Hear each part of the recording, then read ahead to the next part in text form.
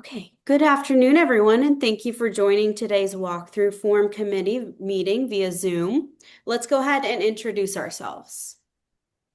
Hi, I'm Becky Pinto, Assistant Principal. Hi, I'm Colby Burke, teacher. Hi, and I'm Rocio Pinto, and I'm a parent. And I am Lizette Burke, and I am the principal. We are going to go ahead and go through the meeting agenda if you have that in front of you.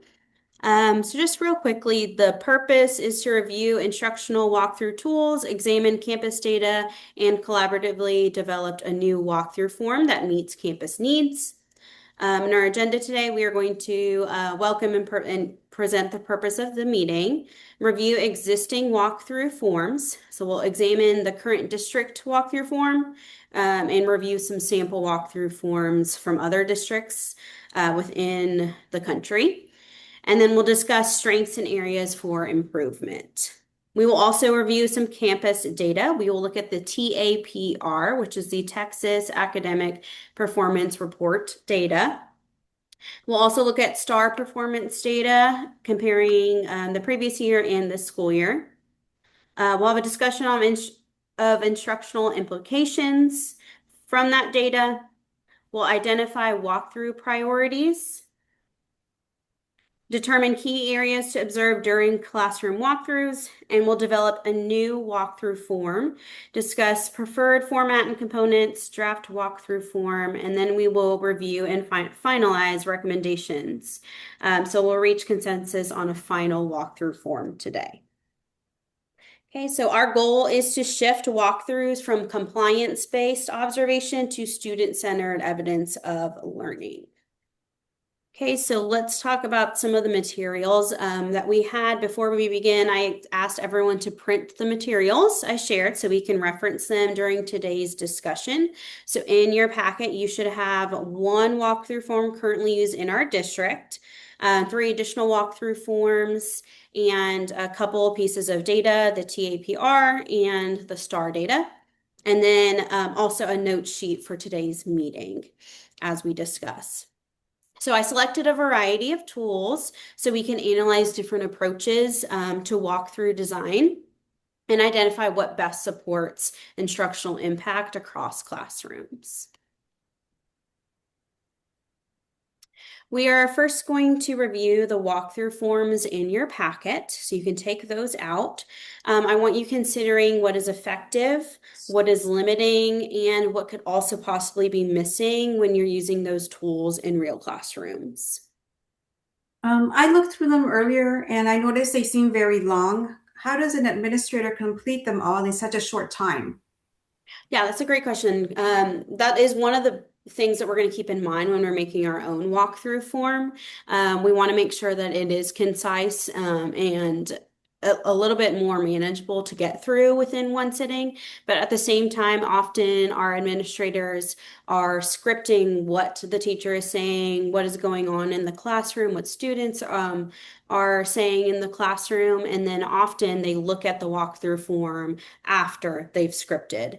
And so that way, when they're in the classroom, they're just focused on what the learning looks like in the room, and then they can also reflect later. But we would love to have a form that administrators could possibly do while in the classroom, at least a little bit of that form while in the classroom.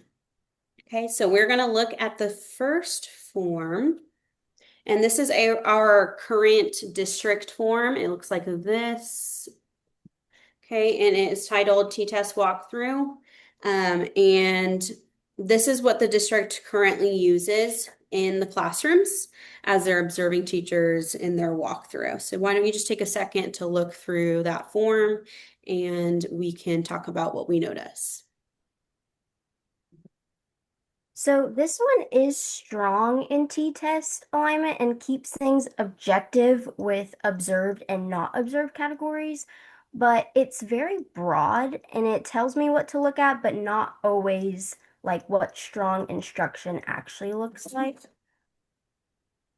I like how simple it is. I don't have to interpret a lot when I get feedback, which makes it easier to act on. Okay, so we're seeing clarity and alignment, but limited instructional detail, possibly. Okay, we have our second form. It looks like this one. Okay, I'll give you a second to look at that one as well. So this one allows for more professional judgment, especially when identifying focus areas for coaching, but then it becomes subjective. Two observers could walk into the same classroom and then walk away with completely different focus areas. As a teacher, this one feels more like a narrative judgment than a clear snapshot of the instruction. Okay, so it's providing depth, but increases subjectivity, which is what we want to stay away from. Okay, all right, and the third form is the one that is 2 pages. It looks like this. Teacher observation tool. The second page kind of goes into the ratings and what they would mean as you're going through the forms. So we can look at that one. Yeah, this one gives structure across multiple domains like culture, learning, and relationships, which is helpful. But the 1 to 4 rating scale is difficult in walkthroughs because we don't always see enough of the lesson to fairly score it. Yeah, it feels like it tries to evaluate too much at once instead of focusing on what students are actually doing. Okay. So we like the strong structure, but the rating system limits usefulness in a short observation. Okay. All right. And then we have our last observation tool. Looks like this one.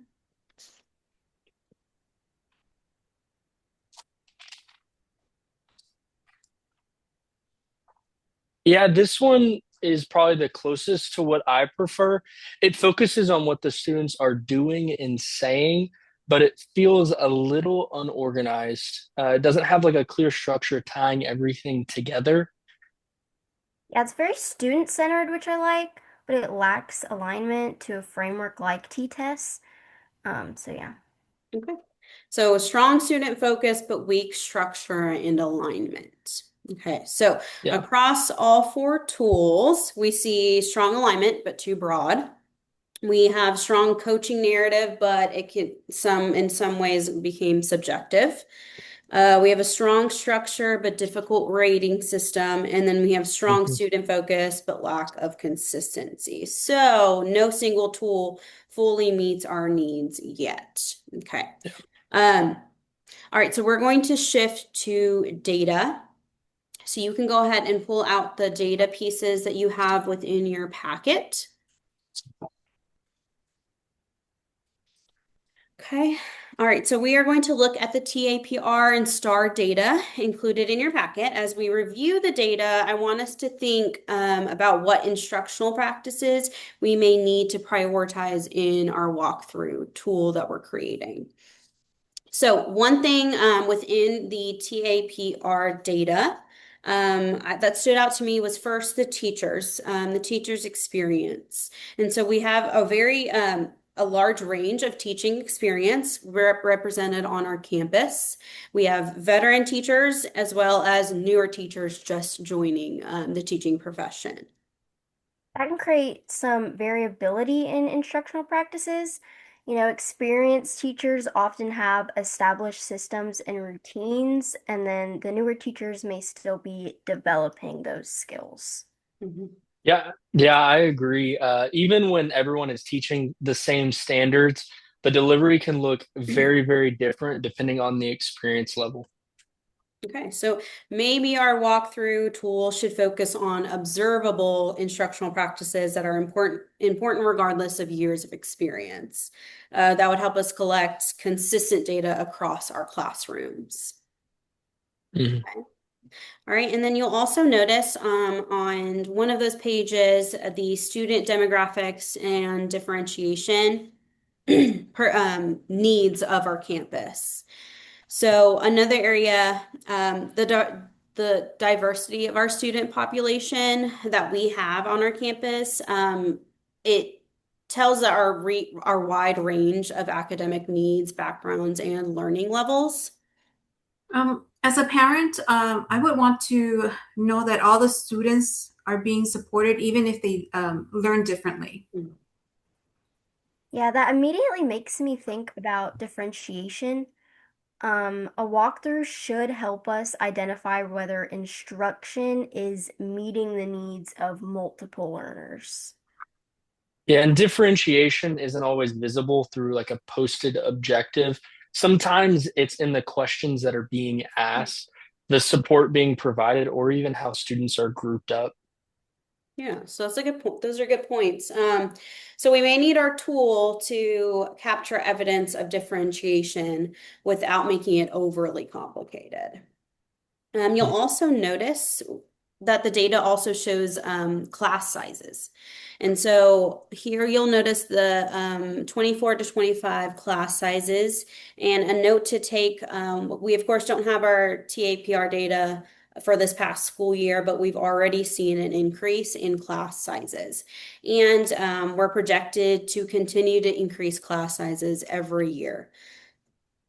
Yeah, as I feel like as the class size increases, engagement becomes so much harder, and the class overall becomes harder to maintain, and classroom management routines become even more important than they were before with the bigger size. And it becomes more important for us to observe how students are interacting with the lesson, not just what the teacher is doing.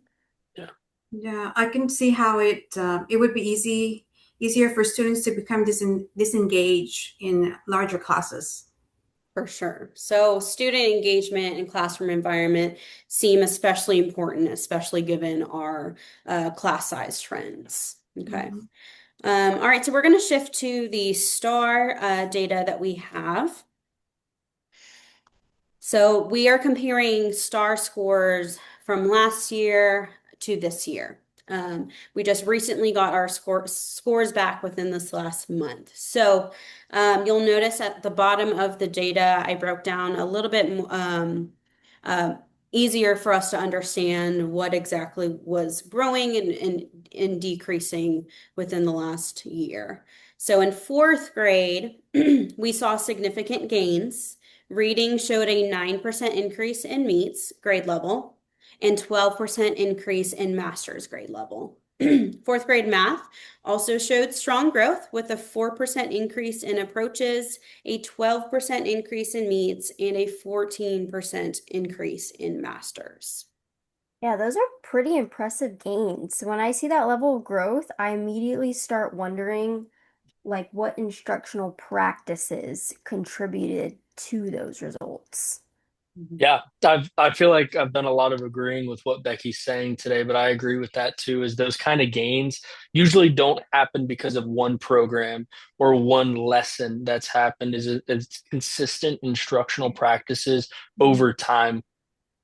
Yeah.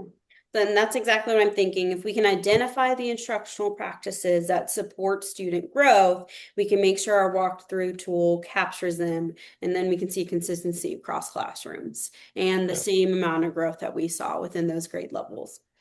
Now, at the same time, third grade showed some areas of decline. Third grade math saw a 6% decrease in meets grade level, while third grade reading showed a 6% decrease in approaches and a 10% decrease in meets. That seems like a little like a pretty big difference between the grade levels. For sure, it is. And one thing we should consider is that both grade levels experience teacher changes during the school year and from last school year to this school year. Yeah, that's important context because teacher transitions can impact consistency in instructional delivery and then student routines and expectations. Mhm. Yeah, I've seen that happen before in my experiences. Just even when teachers are working hard, the transitions can just create a lot of disruptions for the students. Yeah, so rather than looking at the data and trying to place blame, I think it reinforces the importance of identifying instructional practices that remain consistent, regardless of who is teaching. Yeah, I agree. When I look at the gains and declines together, I don't immediately think about curriculum. I think about consistency, engagement, and instructional clarity. Yeah, in student ownership, uh, students tend to perform better when they can explain their thinking and actively participate in the learning process, and just giving the students that type of ownership can be super impactful. So it isn't just about teaching the lesson, it's about making sure that the students understand it. Exactly. If our walkthrough tool is going to support improvement, it needs to focus on evidence of student understanding, not Mhm. simply whether instruction is occurring. So, based on the data, several themes are emerging. Consistent instructional practices across experience levels are needed. Differentiation for our diverse learning in our student population. Student engagement in larger class settings. Instructional clarity during transitions and staffing changes. And then evidence of student understanding and application of learning. So, these themes will help guide the priorities we identify in our new walkthrough tool. So before we begin designing the tool, let's talk about which of these priorities should receive the greatest emphasis during classroom walkthroughs. So based on tools and data, what should we prioritize in walkthroughs? I think one of the biggest things is student engagement, like I just had mentioned, is student ownership of being able to like talk through the practices that they're learning is so important. And without the students' engagement, learning just doesn't stick, as they tend to lose it a lot Mhm. faster. Yeah, So, and we no, go need ahead. expectations consistently. Yeah. So, that really just leans towards, okay, what's essential, rigor, and engagement, right? Yeah, and I would say one other important thing is clarity.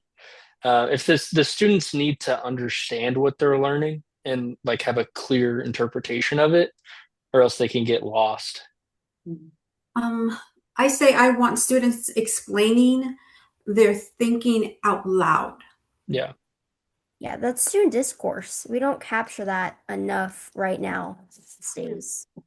Yeah. Okay, so our priorities of what it sounds like, engagement, rigor, learning clarity, student discourse, and instructional environment. Yeah. Okay, so we will now design the new walkthrough tool based on these priorities.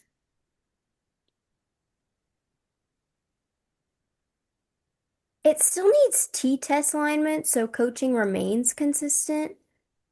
Okay. I think that one thing that I've seen is sometimes they can get too long, or they can even sometimes get too short. I think what we should be shooting for, a sweet spot wise, is maybe something that's simple enough for a 10 to 15 minute walkthrough. So it doesn't have as much like prep work, is it's simple enough that we can have 10 to 15 minutes. We can operate with that and really be able to be successful. All right, so I'm going to go ahead and share my screen so we can start creating the tool together. All right, does everybody see that? Yes. Yeah. Yeah, I see it. Okay. All right, so we will go ahead and call this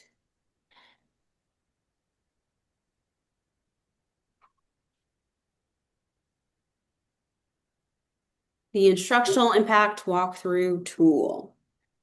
All right, so from our discussions, we have just a few categories that we kind of already broke this into. Section 1 will be on learning clarity. Okay, and then section 2 will be student actions. Section 3 will be teacher moves.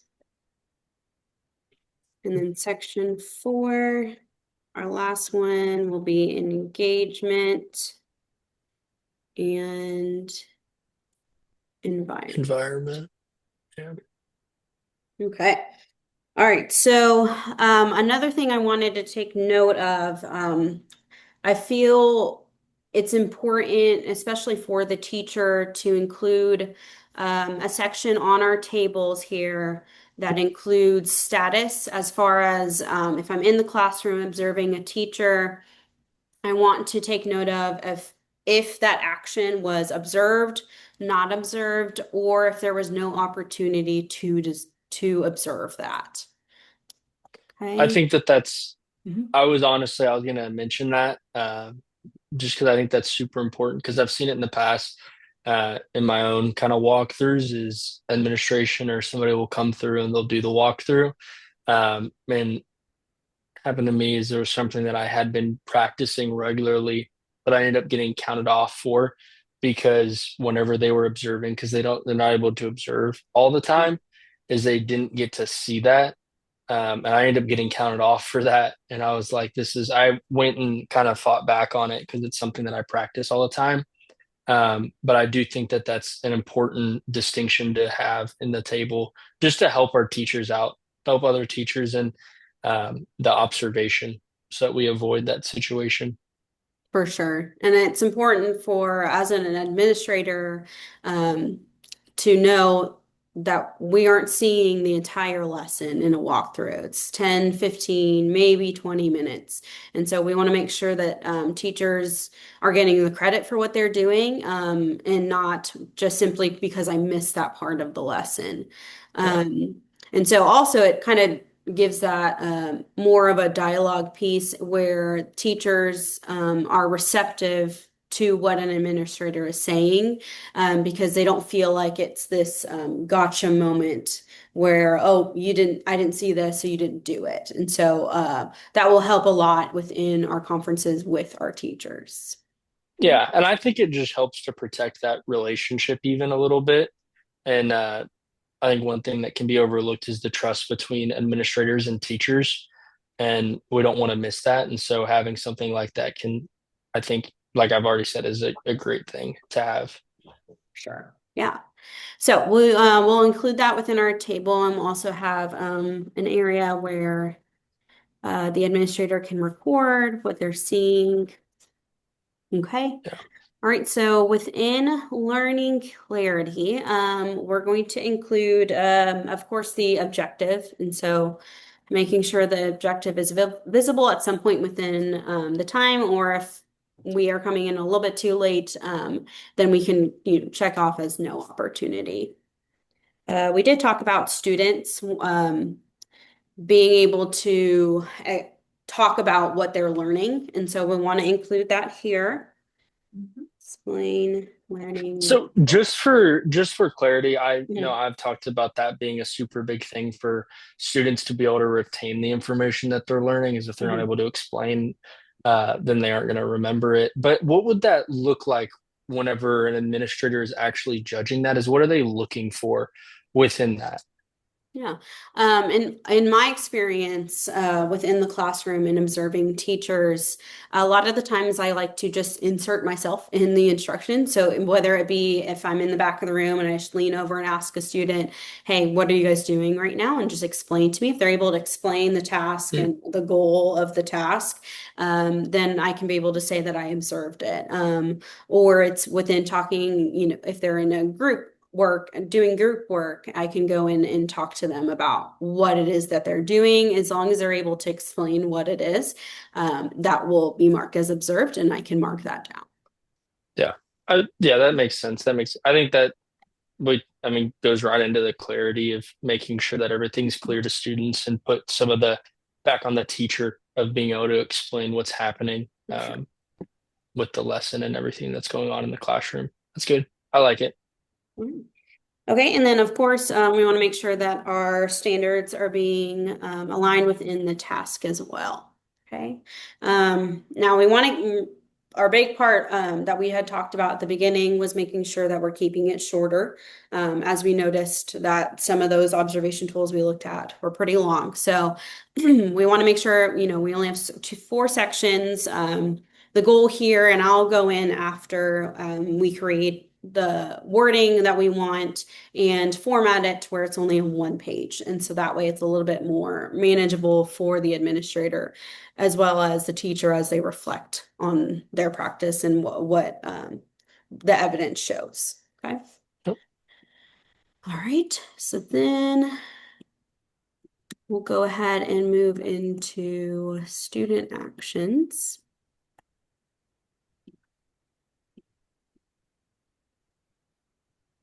Okay.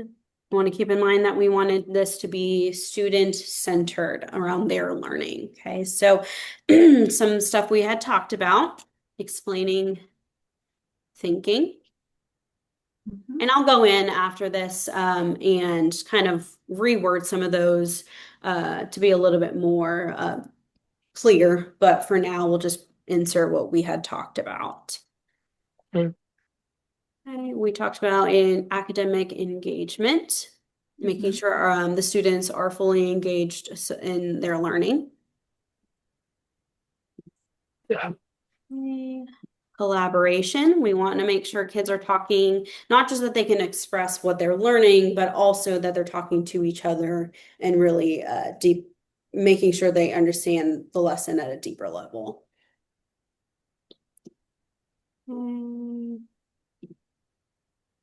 Now, this is kind of Mhm.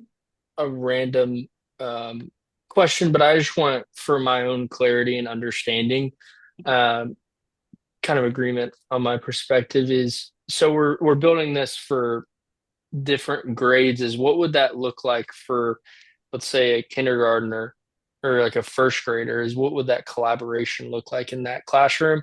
I teach fourth grade, so I don't. Sometimes I can lose sight of that, but working with older kids. So, just for clarity. Yeah, for sure. Actually, I would say that in our kindergarten classrooms, they are probably doing some of the most collaborating within the building. They do it in a lot of different areas. In kindergarten, they do a lot of that play with one another, and so they're constantly collaborating within that, even just a casual setting. And then you move them into the instructional pieces. And they do a great job at talking to one another and going through their learning together. So they actually collaborate even more than our older kids do. Okay, that makes sense. Okay, so of course we want the kids to be using academic vocabulary so that they are just growing their understanding of the content. And then, of course, we don't want our kids to just create a product at the end. We want it to be meaningful. So we want that to be aligned to the objective. Yeah. Okay. All right, so then we'll move to the teacher. Yeah. I know we've kind of discussed this a little bit, but I think the top one for the teacher should be at least something that we include as like modeling and questioning. For sure. And it's really important with that, the questioning, that we're making sure we're not just having students recall information, but they are getting those critical thinking skills built and having those deeper level questioning for sure. Yeah. Okay, so like you said, we'll put in modeling and questioning. Okay. And then we'll want to see at some point, it would be great to see that small group instruction. Again, if that's not necessarily something we see in the 10 to 15 minutes, we'll of course put no opportunity. Yeah. Okay. That makes sense. Feedback, that's really, it goes back to that student discourse. As the students are talking to each other, or if they're speaking out loud, whether it's in whole group or small group, we also want to make sure our teachers are giving them feedback. And immediate feedback is very important. we don't want to take so long, a couple days later and say, hey, remember whenever you said this in the lesson on Monday. We want to make sure they're giving that immediate feedback and adjusting with that too. Okay. So then we'll put in adjustments. So as kids are not understanding something, if there's a misconception, the teacher needs to be able to adjust. Okay, let me rephrase that, or let me do this. Let's do another one of these tasks or activities because we weren't getting it yet. And so just being able to adjust their lessons is important. Okay. All right, and then we have engagement and environment, which was a large piece of what we talked about today. Yeah. Okay. All right. We want to make note of just engagement levels. So based on what I saw in the classroom, what was the engagement level within the classroom with those students? Okay. Routines. Taking note of how that increases engagement with students. Of course, whenever you're thinking of, transitions, we want to transition quickly because you might lose their engagement. And so you might lose their focus within the lesson if your transition from one task to another is too long. For sure. And then, of course, we want to make sure our campus behavior expectations are being followed, as well as taking note of what does the culture look like in the classroom, because if we don't have as strong of a classroom culture, your students aren't going to be as engaged. And so if we want to make sure engagement's important in our walkthrough, we'll want to include that element. Okay. So, we discussed engagement a lot today, but really, how do we define engagement in a way that is observable and consistent? I mean, not compliance. So, like students actively interacting with the learning task. Mhm. Yeah. Yeah, I think like even quiet students can be engaged if they're thinking and producing, and even though they may not be actually like speaking out loud in front of the entire classroom always, is if they're producing the thinking, then doing that is that can even help and be part of it. Yeah, so it's not necessarily noise level. Just because the room is loud and everybody is talking, it does not mean engagement. It's more of the task participation that Yeah. means I think engagement. on the sometimes being too loud in the classroom, like sometimes if you walk into some classrooms, is that it can be distracting, and go back to what we talked about with it being clear to students is whenever they get in the environment and everything's going crazy, is all of a sudden they start to lose focus of what the task at hand actually is. For sure. And whenever students talk is, and then they can talk off topic sometimes. So For sure. All right. Okay. All right. Are there any other thoughts on what we have created so far or what we are wanting to add?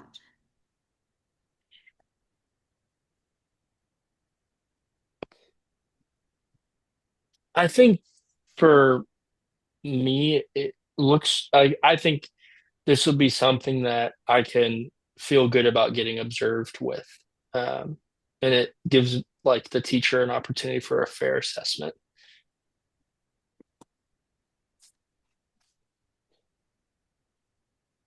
So we still need t-test alignment for coaching and consistency. Yeah. Okay. So we will include t-test tags.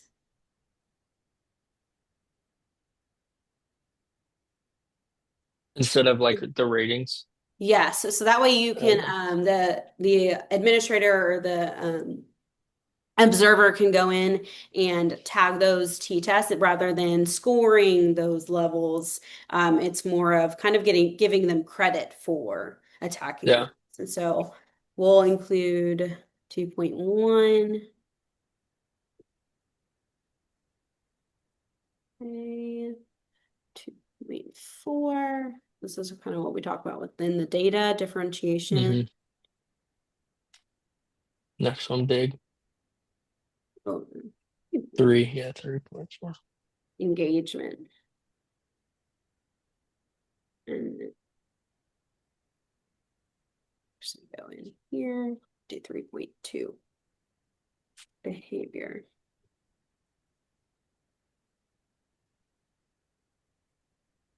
Okay. All right. And then I will also include a place where the observer can go through and put a summary. Yeah. And that's where the t-test alignment can also happen. Yeah. And just some strengths that they can note from the lesson, as well as some next steps. Coaching focus. So we can encourage and continue that growth. Okay. And I will go back in and work through some of those wordings and the format to make sure it just a little bit more clean. But Yeah. to Will you summarize, oh, sorry, go ahead.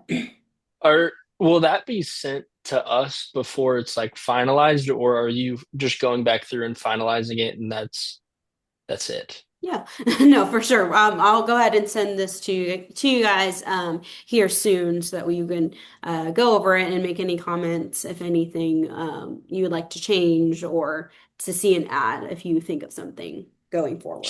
you just want us to leave notes on it, kind of? Yes, yeah, that would be If great. we okay. All right, cool. All right, so to summarize, we are adopting a student-centered walkthrough tool focus on evidence of learning rather than scoring. I like that it focuses on what students are actually doing while also encouraging teachers where they're doing their best. Yeah, And also, just directing them maybe where they need a little bit of help. So for sure. that's Yeah. what I enjoy.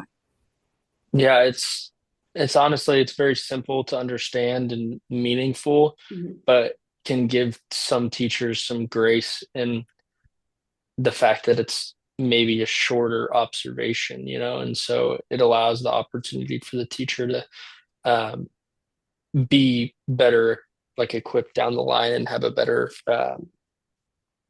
observation. Yeah. And I mean, it improves consistency between all, but while also staying aligned to the t-tests. For sure. All right, well, committee, thank you for your collaboration today. This tool will support more consistent evidence-based walkthroughs and strengthen student learning across our campus. All right, so thank you so much for Thank meeting today. Thank When do you. you think you'll be done with um, your edits to make it more clear? I'll probably send this either tomorrow or the day after. Okay. And then you want us to just send notes within like 24 hours? Yeah, as soon as you can, really. Okay. All right. Sounds good. Look forward to seeing the finished. All right. Okay, well, thank you. Thank you. Bye, Have a guys. good night. Good You too. night.